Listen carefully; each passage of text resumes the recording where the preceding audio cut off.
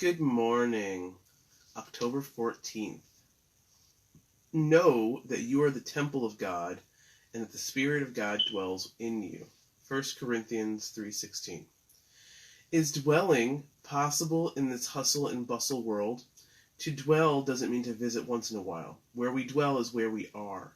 The scripture belief given above, and all major religions have similar beliefs, clearly states that God dwells within as an ongoing, accessible, approachable presence.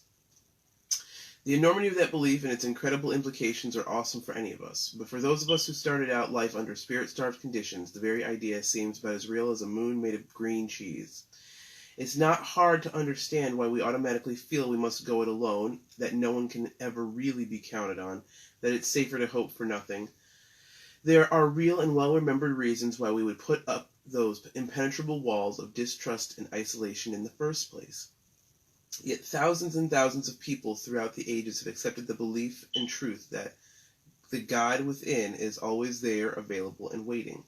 When they learn to hush themselves from overburdening worries, cares, fears, and vanities, they found that presence within. They felt themselves lifted with strength beyond their own. Because they were open, they were able to receive. Why not us? Faith must be sought.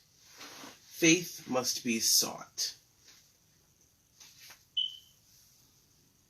I was raised, my mom has particular beliefs, and we don't have the same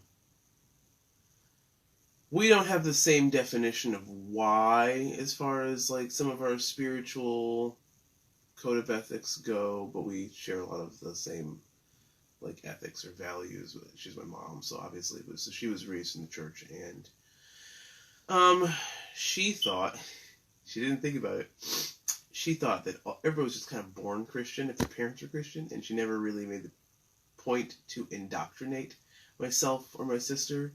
And once she figured out that it wasn't happening naturally, she started taking us back to church, but by then it was too late. I had already started exploring other things. My sister seems to have been young enough to have bought in to the church system, and I think she takes her kids to church. I don't know. But by then I had already asked too many questions that couldn't be answered within the church and found those answers in a variety of other places that had different spiritual whys, right? The why being a particular type of God, or a particular formation of the universe, or just whatever. So I'd already found my own type of faith as a child because it was very important to me. And I don't know.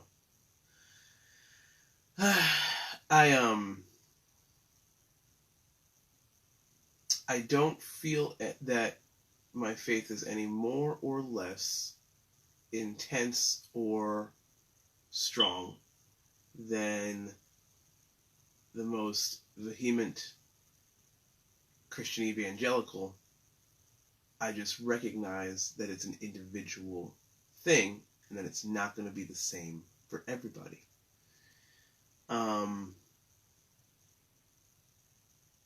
Yeah, and it's definitely not the same. Like, and I definitely don't believe the same things as a lot of. Like, I'm not a Christian. I don't believe the same things as a lot of people. But in the society I live in, anyway, the whole world's full of people who aren't Christian.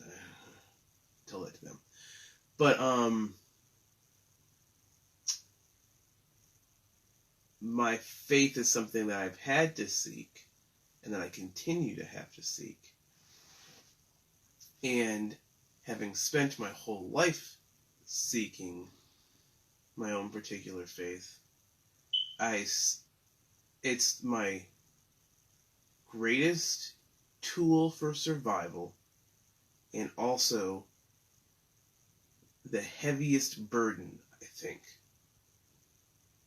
Because at the end of the day, I can always accept, okay, this is the path that God, the universe, whatever, has put me on. And so there must be a reason, and I must have agreed to it on some level.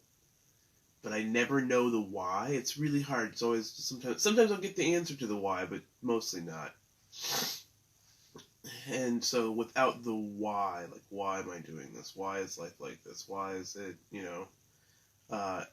it can be frustrating, but I found that it doesn't actually matter whether I get the answer to why or not. That as long as I have faith and keep moving forward with what I know to be the next right thing for me to do, with that sort of intuitive internal knowing that there was no answer for a textbook or written down on a chalkboard that nobody would necessarily agree with, things like that. If I just keep going with what I know to be the next right thing to do, things generally work out for me. I know that God and the universe or whatever it is love me. I just know that. I just know it.